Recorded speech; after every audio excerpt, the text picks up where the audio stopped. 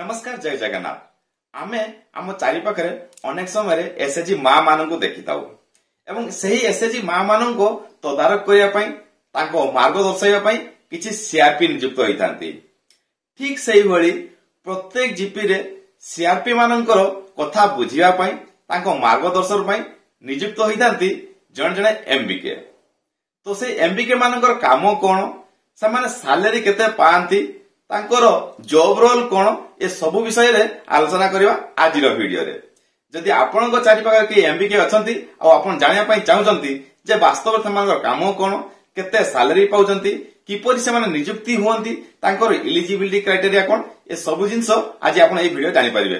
नमस्कार मु इब्राहिम शर्मा आपण समस्त को स्वागत करते मु यूट्यूबर शर्मा जी रे। दर्शक बंधु यदि मो चैनल प्रथम करि आछन त मो चैनल को लाइक और सब्सक्राइब कर दियंतु आ वीडियोटी सांग मान सहित शेयर कर दियंतु।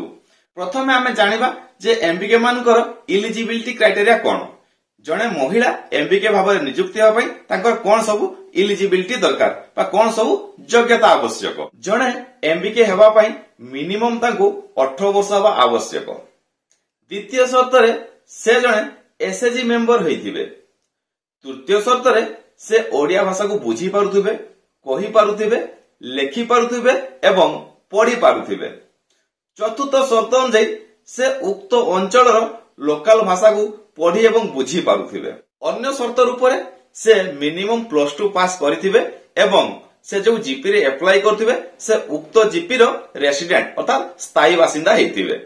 एतिकी सारा यदि से शर्त पूरण करचंती ताहाले से एमपीके पद नियुक्ति प्रक्रिया रे शामिल हेई परिबे बा आवेदन करि परिबे।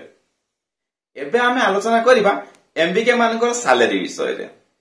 से माने मासिक सैलरी हिसाब रे 6000 टंका पाई थांती।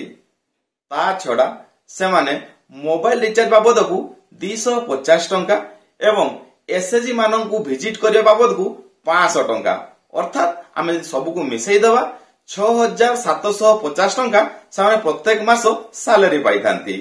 तेणु से माने जेतिकी सैलरी पांती ता अपेक्षा अधिक कर्म करथांती कारण एते सारा एसएचजी को गढ़ी तोलिबा तार मैनेजमेंट करिबा तार तदारक करिबा एवं एसएचजी को आगो को नवा एते सहज कथा नुहे। वर्तमान आमे आलोचना करिबा गुटे एमबीके दीदींकर कार्य कोन कोन कोन कार्य पई जने एमबीके को नियुक्ति दियाई थाए चलंतु आलोचना करिबा। तांकर प्रथम कार्य जीपीएलएफ रे समस्त रेकॉर्ड मेंटेन करिबा अर्थात आपण जीपीएलएफ रे जत्ते भी सारा खाता बही देखिबा पई पाइबे तार किपरि निखुण भाव रे तदारक होई परिबो सठिक तथ्य लेखा जाई परिबो ए समस्त दायित्व थाए एमबीके दीदींकर। द्वितीय कार्य रे जीपीएलएफ रे जत्ते भी एसएचजी रजिस्टर्ड हेचंती सेमान को फाइनेंशियल खाता जो अछि ताकू तदारक करिबा ताकू मेंटेनेंस करिबा दायित्व होउची एमबीके दीदींकर। तृतीय काम भाव रे से माने जीपीएलएफ रो आय एवं व्यय रो तदारक करंती। चतुर्थ काम होउची गोटे जीपीएलएफ गोटे फाइनेंशियल ईयर रे को उत्स रु अर्थ पाउची एवं को उत्स रे ताहा विनियोग करची ए समस्त तथ्यर विवरणी प्रस्तुत करिवा। पंचम रे जीपीएलएफ रो गोटे बैलेंस शीट तैयारी करिवा अर्थात बैलेंस शीट कहिले केते आय आसीथिला आ केते व्यय हैला तार निर्भुल तदारक करी ताकू खाता जरिया रे रिप्रेजेंट करिवा। अन्य कार्य मध्य अधिक गुरुत्व कार्य होउची गोटे जीपीएलएफ गोटे फाइनेंशियल ईयर रे केते कोन कार्य करिछि तार समीक्षा करिवा तथा आसंता फाइनेंशियल ईयर रे केउ कार्य करिया को जाउची तार सूची प्रदान करिवा।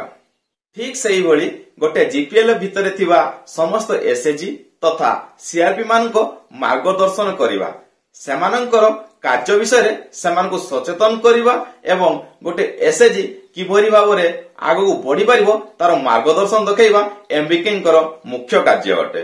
अन्य पक्ष रे एसएचजी रो वृद्धि तथा एसएचजी रो प्रोग्रेस पई प्रत्येक मास से सीआरपी माननक ठारू एम्पियर कलेक्शन करथांती जहा द्वारा गोटे एसएचजी हो बा सीआरपी ठीक भाव रे कार्य करजंते कि नै ता से जानि पारंती एवं से बीएलएफ को जणांती मध्य। अन्य पक्ष रे कहयाकू गले गोटे एमबीके दीदींकर मुख्य कार्य होची एसएचजी रो बैंक लिंकेज करेबा तथा आधार सीडिंग करेबा এই ଦୁଇଟି କାର୍ଯ୍ୟ ନ କଲେ ସେମାନେ ଉଚିତ ଭାବରେ ଋଣ ପାଇପାରନ୍ତି ନାହିଁ ତଥା ତାଙ୍କର ଦୈନନ୍ଦିନ ଜୀବନରେ ବହୁତ ସାରା ପ୍ରୋବ୍ଲେମ ଫେସ୍ କରିଥାନ୍ତି। ତେଣୁ ସେ ସିଆରପି ମାନଙ୍କ ସହାୟତାରେ ଏହି କାର୍ଯ୍ୟକୁ ନିର୍ଭୁଲ ଭାବରେ ଆଉ ତ୍ୱରାନ୍ୱିତ କରାଇଥାନ୍ତି। ତା ଛଡା ଗୋଟେ ଏମ୍ପିକେ ଦିଦି ଗାଁରେ ଥିବା ସମସ୍ତ ବେକାର ଯୁବକ ଓ ଯୁବତୀ ମାନେ କିପରି ରୋଜଗାର ପାଇପାରିବେ ସେଥିପାଇଁ ସେମାନଙ୍କୁ DDU GKY ରେ ସାମିଲ କରନ୍ତି। DDU GKY ରେ ସେମାନେ ଚାକିରି ପାଇଲା ପରେ 1 ବର୍ଷ ପର୍ଯ୍ୟନ୍ତ ତାଙ୍କୁ ଟ୍ରାକ୍ କରନ୍ତି। ସେମାନେ ଉଚିତ ସମୟରେ କାମ କରୁଛନ୍ତି କି ନାହିଁ, ସେମାନେ ସାଲାରୀ ପାଉଛନ୍ତି କି ନାହିଁ, ସେମାନେ ସୁରକ୍ଷିତ ଅଛନ୍ତି କି ନାହିଁ, ଏ ସମସ୍ତ ଡାଟା ଏମ୍ପିକେ ଦିଦି ବୁଝି ନିଅନ୍ତି।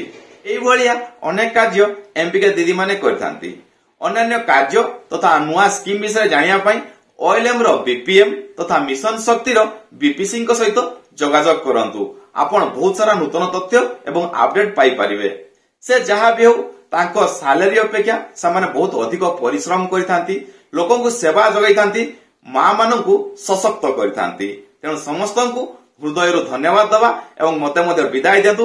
ଆଉ ଥରେ ଆପଣଙ୍କ ସହିତ ଆସିବି ଏଇଭଳିଆ ଗୋଟେ ନୂତନ अपडेट रिलेटेड वीडियो नेकी सेता मते विदाय दियंतु। आ प्रथम करी मो चैनल जदि आछंती मो चैनल को लाइक और सब्सक्राइब कर दियंतु। जय जगन्नाथ।